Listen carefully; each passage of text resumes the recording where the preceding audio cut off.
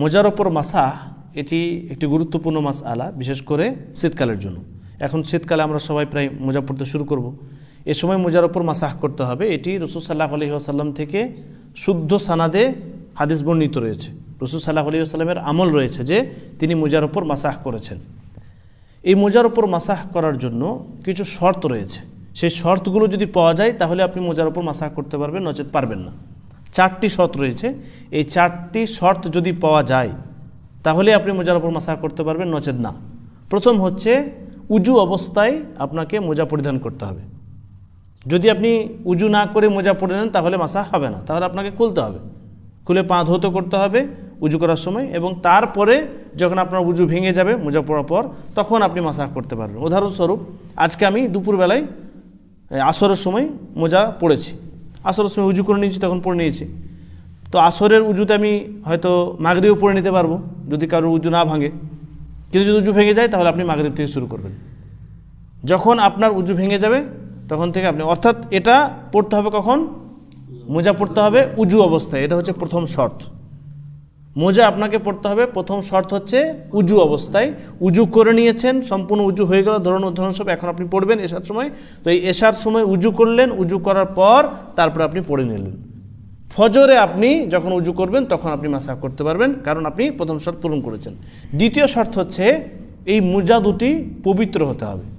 অপবিত্র মোজার ওপর মাসাহ হবে না। উলামা ইকরামগণ বলেন যে মোজা দুটি পবিত্র হতে হবে। তো দুটো শর্ত। দ্বিতীয় শর্ত কী হলো? প্রথম শর্ত হলো উজু অবস্থায় পড়তে হবে। দ্বিতীয় শর্ত হলো পবিত্র, দুটো মোজাই কী হতে হবে? পবিত্র হতে হবে। তৃতীয় শর্ত হচ্ছে এটা উজুর ক্ষেত্রে শুধুমাত্র, মানে উজু ভেঙে গেছে তখনই আপনি মাসাহ করতে পারবেন মোজার ওপর। কিন্তু গোসল যদি ফরজ হয়ে যায় তাহলে মোজা খুলে আপনাকে ফরজ গোসল করতে হবে। তারপরে আপনি যখন উজু করবেন, মানে ফরজ গোসলের তারপরে পড়ে নিলেন, তারপরে দ্বিতীয় ওয়াক্ত যখন আসবে, যখন উজু ভেঙে যাবে, তারপরে যখন উজু করবেন তখন আপনি মাসাহ করতে পারবেন। মানে তৃতীয় শর্ত হলো শুধুমাত্র উজুর ক্ষেত্রে। কেউ যদি গোসল ফরজ আর ও যদি মোজার উপর মাসাহ করে তাহলে হবে? জি না, হবে না। উজুর ক্ষেত্রে মাসাহ, গোসলের ক্ষেত্রে কিন্তু হবে না। গোসল ফরজ হলে গোসল আপনাকে করতে হবে, মোজা খুলে দিতে হবে, সম্পূর্ণ শরীর যেভাবে গোসল করতে হয় ফরজ গোসলের নিয়ম সেরকম ফরজ গোসল আপনাকে করতে হবে। তখন আপনি মোজা পরে তারপরে আবার যখন আপনার উজু ভেঙে যাবে, যখন আবার উজু করবেন তখন আপনি মাসাহ করতে পারবেন। 4 নম্বর শর্ত হচ্ছে শরীয়তের নির্ধারিত সময়ের ভিতরে, সময়সীমার ভিতরে আপনাকে মাসাহ করতে হবে। আর এই সময়সীমা জানেন তো, মুকিমদের জন্য, যারা মুকিম তাদের জন্য 1 দিন 1 রাত মানে 24 ঘন্টা, আর যারা মুসাফির তাদের জন্য 3 দিন 3 রাত অর্থাৎ 72 ঘন্টা। এটা হচ্ছে সময়সীমা। তো এই 4টা শর্ত প্রথম পূরণ করতে হবে। মানে মোজার ওপর মাসাহ আপনি তখন করতে পারবেন। দেখেন ভালো করে শুনেন, মোজার ওপর মাসাহ আপনি তখনই করতে পারবেন যখন এই 4টি শর্ত পূরণ হবে। প্রথম শর্ত কি? উজু অবস্থায় মোজা আপনাকে পরিধান করতে হবে। দ্বিতীয় শর্ত হচ্ছে দুটোই মোজা পবিত্র হতে হবে। তৃতীয় শর্ত হচ্ছে উজুর ক্ষেত্রে, মানে উজু ভেঙে গেছে তখন আপনি মাসাহ করতে পারবেন। কিন্তু গোসল যদি ফরজ হয়ে যায়, ফরজ গোসল হয়ে যায়, তাহলে আপনাকে গোসল করতে হবে মোজা খুলে, তখন মাসাহ চলবে না। আর 4 নম্বর শর্ত হচ্ছে সময়সীমার ভিতরে আপনাকে মাসাহ করতে হবে।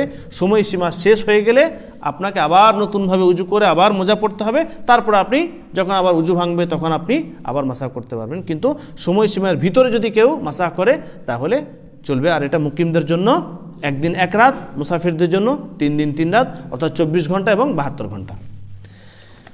দ্বিতীয় আরেকটা বিষয়, সেটা হচ্ছে মোজার উপর মাসাহ করার জন্য মুকিমদের জন্য 1 দিন 1 রাত অর্থাৎ 24 ঘন্টা, আর মুসাফিরদের জন্য 3 দিন 3 রাত। তো মোজার উপর মাসাহ আপনি যখন থেকে মোজা পড়েছেন তখন থেকে শুরু করবেন সময়সীমা, না উজু ভেঙেছে তখন থেকে, না যখন আপনি প্রথমবার মাসাহ করেছেন তখন থেকে? হ্যাঁ, যখন আপনি প্রথমবার উজু করলেন তখন? আপনারা কেউ আর কেউ উত্তর? উজু যখন করেছেন তখন, মানে প্রথমবার যখন মোজা পড়েছেন তখন? হ্যাঁ, তাহলে কথা বুঝলে দাস শুনেননি? হ্যাঁ, কে বলেন? হ্যাঁ, প্রথম মাসাহ করবে তখন থেকে। এতক্ষণ উত্তর সহি হলো। প্রথমবার যখন মাসাহ করবে, যখন আপনি মোজা পড়েছেন তখন থেকে না? হ্যাঁ হ্যাঁ, এটাতে আমরা অনেকে ভুল করি। কি করে, যখন মোজা পড়েছি, ধরেন উদাহরণস্বরূপ আজকে আমি মোজা পড়েছি আসরের সময়, তো আসরের নামাজ তো আমি এই মোজা অবস্থায় পড়েছি, এবার আমার উজু ভেঙেছে কখন, মাগরিবের পরে। তো আমার যখন আমি উজু করলাম এশার জন্য, এই আপনাদের এখানে আসার আগে, এশার আগে আমি উজু করেছি 6টার সময় উদাহরণস্বরূপ, তো 6টার সময় উজু করলাম, তো আগামীকাল 6টা হওয়ার আগ পর্যন্ত আমি মাসাহ করতে পারবো, কারণ প্রথমবার মাসাহ করেছি কয়টার সময়, 6টার সময়, সন্ধ্যা 6টার সময় আমি মাসাহ করেছি। তো শুরু হবে কখন থেকে সময়সীমা, যখন আপনি প্রথমবার মাসাহ করলেন, মানে যখন মোজা পড়েছেন তখন থেকে না, মোজা পড়ার পর 1-2 ওয়াক্তের নামাজ হয়তো পড়ে নিলেন, তারপরে যখন আপনার উজু ভেঙে গেল এবং তারপরে রক্তের জন্য যখন আপনি মাসাহ করলেন প্রথমবার, তখন থেকে সময়সীমা শুরু হবে এবং তারপরের দিন একদম 24 ঘন্টা সম্পূর্ণ হয়ে যাবে। তারপরের দিন যখন ওই টাইম আসবে তার আগ পর্যন্ত আপনি মাসাহ করতে পারবেন। এরকম না যে 5 ওয়াক্ত, কোনো কোনো সময় দেখবেন 6 ওয়াক্ত হয়ে যেতে পারে, 7 ওয়াক্ত হতে পারে, হবে না?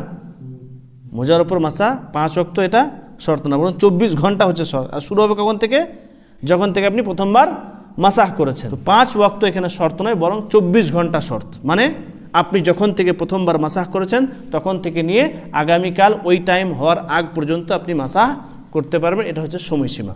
এভাবেই মুকিমদের জন্য 72 ঘন্টা। যদিও হয়তো আমরা এতক্ষণ পর্যন্ত মোজা অনেকে পড়ে থাকি না, কিন্তু কোনো কোনো সময় হয়তো পড়ে থাকতে হতেও পারে। যারা বিশেষ করে বৃদ্ধ তারা হয়তো অনেকক্ষণ সময় পর্যন্ত মোজার পর মাসাহ করে বা পড়ে থাকতে হয় মোজা, বা হয়তো যারা বরফ এলাকায় আছে তারা হয়তো খুলতেই পারে না, তো তাদের জন্য এটা সুবিধা। বাকি হয়তো আমরা যারা হয়তো প্রত্যেক দিন গোসল করি তাদেরকে তো দুপুরে খুলতেই হবে। হয়তো আপনি এখন মাগরিবের সময় পড়লেন, ঠান্ডা বেশি বলে মাগরিবের সময় পড়লেন, এশা পড়লেন, মাগরিবের সময় আপনি প্রথমবার পড়লেন, এশা প্রথমবার মাসাহ করলেন, যদিও আপনার আগামীকাল এশা পর্যন্ত থাকবে, কিন্তু কালকে হয়তো ফজরের পর আপনি খুলে দিলেন, 9-10টা বাজলো, রোদ হয়ে গেল, তখন খুলে দিলেন। তো আপনি খুলে দিতে পারেন, সেটা আলাদা বিষয়, হয়তো আমরা অতক্ষণ রাখি না, কিন্তু সুযোগ আছে। কোনো ব্যক্তি যদি চায় তাহলে 24 ঘন্টা পর্যন্ত এই মোজার ওপর মাসাহ করতে পারবে। মোজার ওপর মাসাহ করার পদ্ধতি কি? পদ্ধতি সেদিন দেখিয়েছিলাম, আপনি দেখান। চাচা দেখান।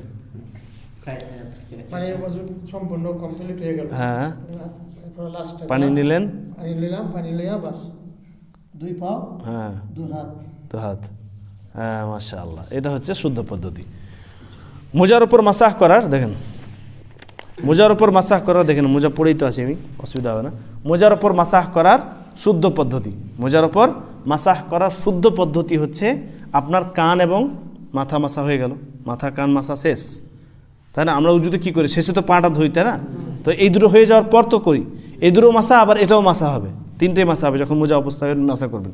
তো মোজার ওপর মাসাহ করার শুদ্ধ পদ্ধতি হচ্ছে আপনার মাথা এবং কান যখন মাসা শেষ হয়ে যাবে তারপর আপনি পানি নেবেন, হাতগুলো এরকম আঙুলগুলো ফাঁকা ফাঁকা রাখবেন, এবং এই যে মোজার ওপর মাসাহ আপনার হবে, এটা হচ্ছে বাম পা, এটা হচ্ছে ডান পা।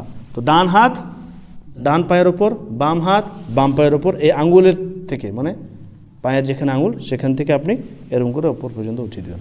খেয়াল রাখবেন যে 2 হাতে এরকম করে নেবেন না। আবার অনেকে আছে আমরা এরকম করে করি, অনেকে আছে আমরা মানে নিচে ওপর একদম পুরো ওপর পর্যন্ত মাসাহ করে নিই। জি না, ডান হাত ডান পায়ের ওপর, বাম হাত বাম পায়ের ওপর, একদম যেখানে পায়ের আঙুল সেখান থেকে শুরু করে ওপর পর্যন্ত এভাবে উঠিয়ে নিয়ে চলে আসবেন, হয়ে গেল আপনার মাসাহ। অনেক সহজ।